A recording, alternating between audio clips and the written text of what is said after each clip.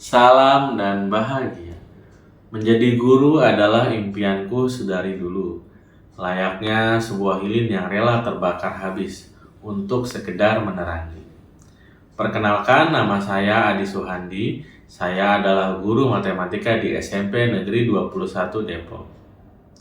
Kali ini saya akan berbagi praktik baik dengan judul Selamat dan Bahagia dengan Pembelajaran Terdiferensiasi.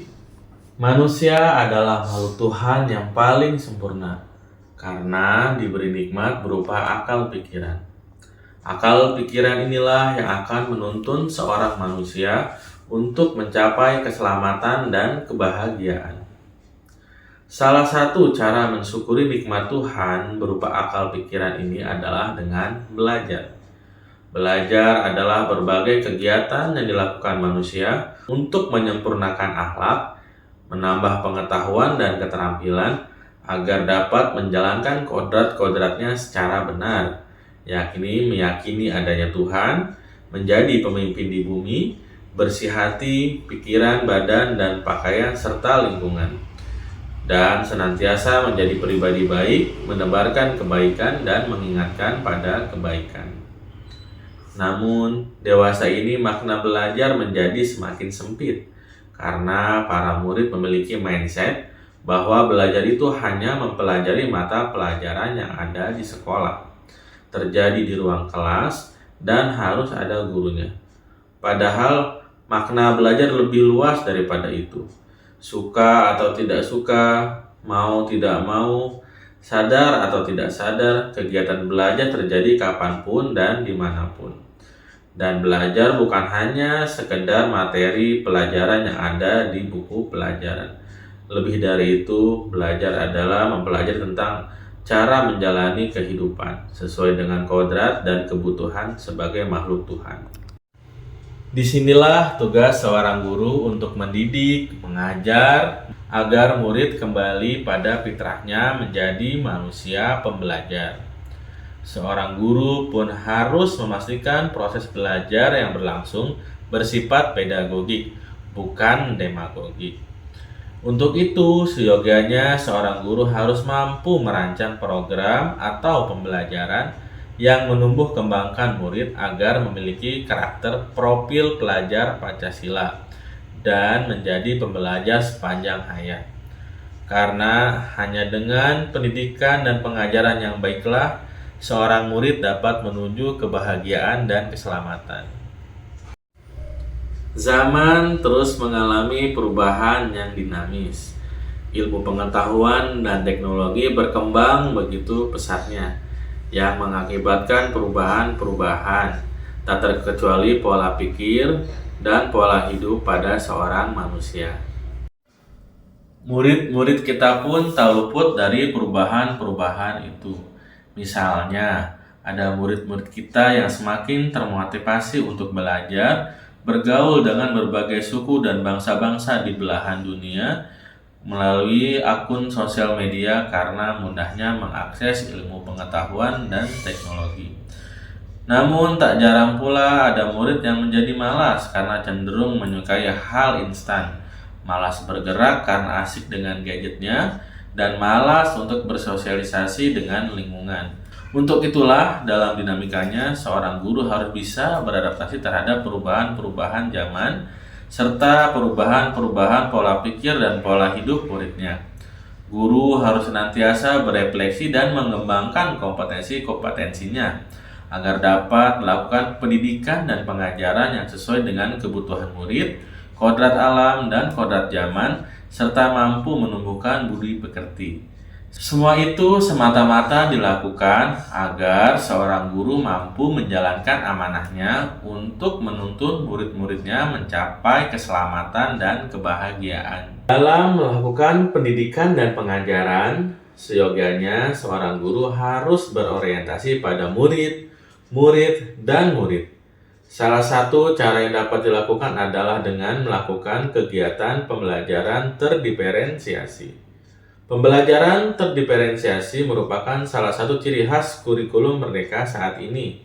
Pembelajaran terdiferensiasi adalah pembelajaran di mana guru dengan sepenuh hati berupaya menciptakan pendidikan dan pengajaran yang sesuai dengan kebutuhan muridnya. Pembelajaran terdiferensiasi ini merupakan cerminan dari filosofi Ki Hajar Dewantara, yaitu berhamba pada anak. Berhamba pada anak yang dimaksud Ki Hajar Dewantara adalah seorang guru dengan semurni-murninya dan seikhlas-ikhlasnya untuk melakukan pendidikan dan pengajaran yang berpihak dan berpusat pada murid. Adapun kegiatan pembelajaran terdiferensiasi yang pernah saya lakukan diantaranya yaitu 1. Melakukan ice breaking. Ice breaking dalam pembelajaran dilakukan sebelum proses belajar mengajar dengan tujuan menyiapkan murid-murid untuk belajar dengan melakukan permainan, kegiatan atau aktivitas yang dapat membuat murid senang dalam menghadapi pembelajaran. Ice breaking ini dilakukan dalam upaya memenuhi kebutuhan dan kodrat anak, yaitu bermain. 2. Melakukan diferensiasi proses.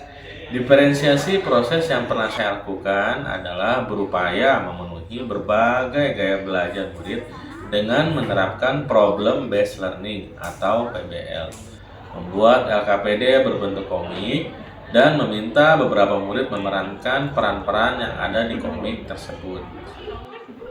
Penerapan problem based learning atau PBL ini bertujuan untuk memenuhi kebutuhan dan kodrat murid sebagai makhluk sosial.